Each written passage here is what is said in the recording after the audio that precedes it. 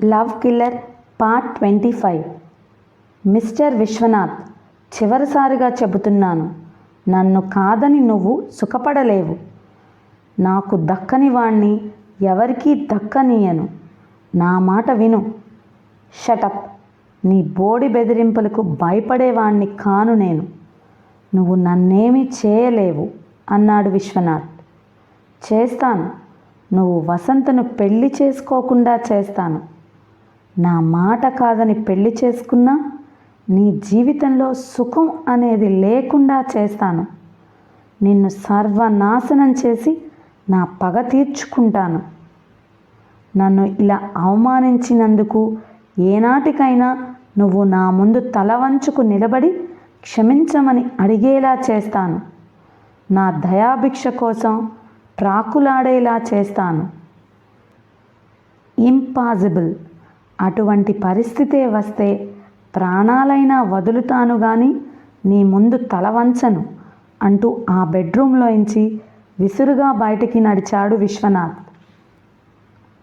అతను బెడ్రూమ్లోంచి హాల్లోకి వస్తుండగానే వెనక నుండి చప్పట్లు చరిచింది జ్వాలాంబిక. విశ్వనాథ్ సరిగ్గా హాలు మధ్యకి వచ్చేసరికి ఎంట్రన్స్ తలుపులు మూసుకుపోయాయి.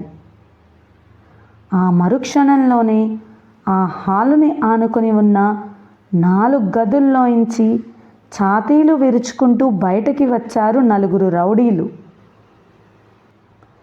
ఆ 4 మార్చి మార్చి చూస్తున్న విశ్వనాథ్ వంక ఉరిమి చూస్తూ బెడ్రూమ్లోంచి బయటికి వచ్చింది. అక్కడున్న సోఫాలో కాలు మీద కాలు వేసుకుని టీవీగా కూర్చుంది జ్వాలాంబిక. గుడ్. అయితే అటు లేకపోతే ఇటు అన్నట్టు అన్ని ఏర్పాట్లు చేసి ఉంచావన్నమాట అన్నాడు విశ్వనాథ్. ఎస్. నాకు దక్కనిది ఇంకెవ్వరికీ దక్కనివ్వనని ముందే చెప్పాను. బాగా ఆలోచించుకో. నాకు క్షమాపణ చెప్పుకుని నా వాడివి అవుతావో లేక నా మనుషుల చేతుల్లో నామరూపాలు లేకుండా పోతావో నీ ఇష్టం అంది జ్వాలాంబిక. నీ ఆశ నెరవేరదు జ్వాలాంబిక. దౌర్జన్యంతో నువ్వు సాధించగలిగేది లేదు అన్నాడు విశ్వనాథ్. ఇదిగో చూడు మిస్టర్, నీ కాళ్ళు చేతులు విరిచి పారేయటం మాకు నిమిషాల మీద పని. అటువంటిదేదో జరగకముందే మా అమ్మాయి గారు చెప్పినట్టు విను. ఆమెను పెళ్లి చేసుకుని సుఖపడు అన్నాడు ఓ రౌడీ.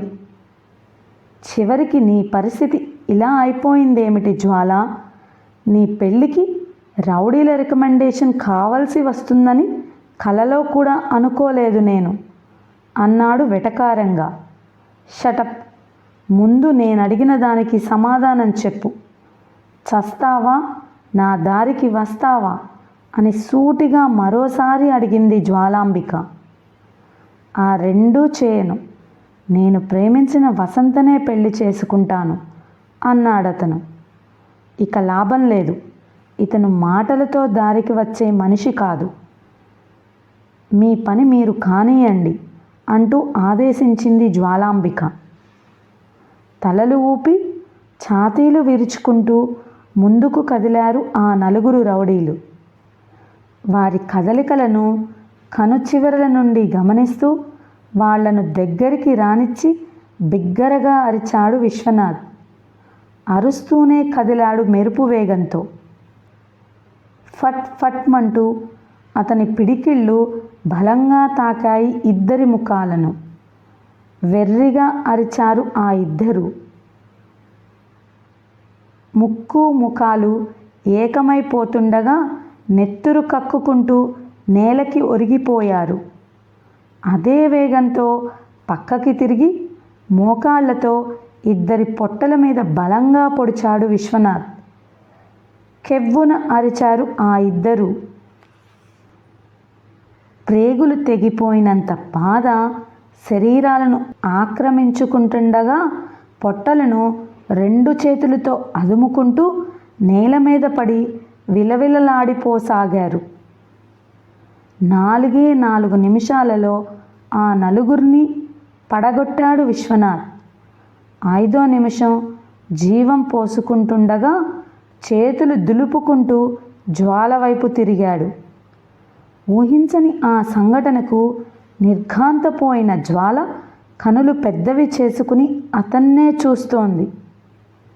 హలో అంటూ ఆమె ముఖం మీద చిటికలు వేశాడు విశ్వనాథ్. ఉలిక్కి పడుతూ లేచి నిలబడింది జ్వాలాంబిక. లుక్, ఇక మీదట దౌర్జన్యం చేయించాలనుకుంటే ఖండబలం గుండె ధైర్యం బాగా ఉన్న మగాళ్లను తీసుకురా. ఇలాంటి చవట సన్నాసులను తీసుకొచ్చి అవమానాల పాలు కాకు. వస్తాను, గుడ్ బై అంటూ ఆమె సమాధానం కోసం ఎదురు చూడకుండా పెద్ద పెద్ద అంగలు వేస్తూ అక్కడి నుంచి వెళ్ళిపోయాడు విశ్వనాథ్. ఉక్రోషంతో ఎర్రబడిపోయింది జ్వాలాంబిక ముఖం. విశ్వనాథ్ అటు వెళ్ళగానే దెబ్బతిన్న పాముల బుసలు కొడుతూ ఆ రౌడీల మీద విరుచుకుపడింది. మీలాంటి పనికి మాలిన రౌడీలను నేను ఎక్కడా చూడలేదు. ఒక్కడంటే ఒక్కడిని కొట్టలేక అతని చేతుల్లో తన్నులు తినడం మీకు సిగ్గు అనిపించటం లేదు? రోక్స్, యూజ్లెస్ బెగ్గర్స్ అంటూ తిట్టడం ప్రారంభించింది. అంతలేసి మాటలు అనకండి అమ్మాయి గారు. మామూలు ఫైటింగ్ అయితే అతన్ని నిమిషాల మీద మట్టి కరిపించేవాళ్ళం. కానీ అతనికి కరాటే తెలిసినట్టుంది.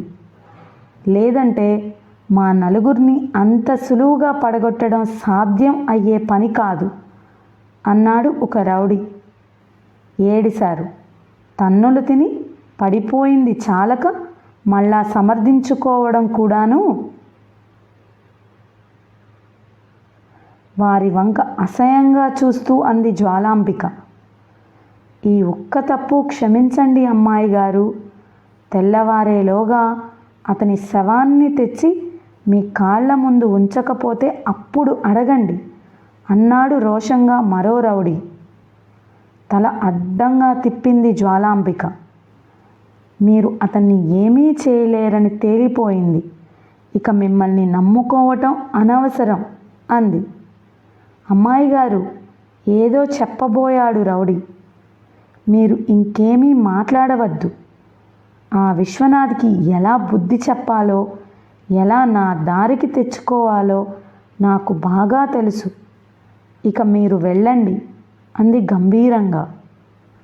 మారు మాట్లాడకుండా తలలు వంచుకొని అక్కడి నుంచి అవతలికి వెళ్ళిపోయారు ఆ రౌడీలు. ఆ రాత్రంతా రెస్ట్ బంగ్లాలోనే ఉండిపోయింది జ్వాలాంబిక ఆలోచిస్తూ.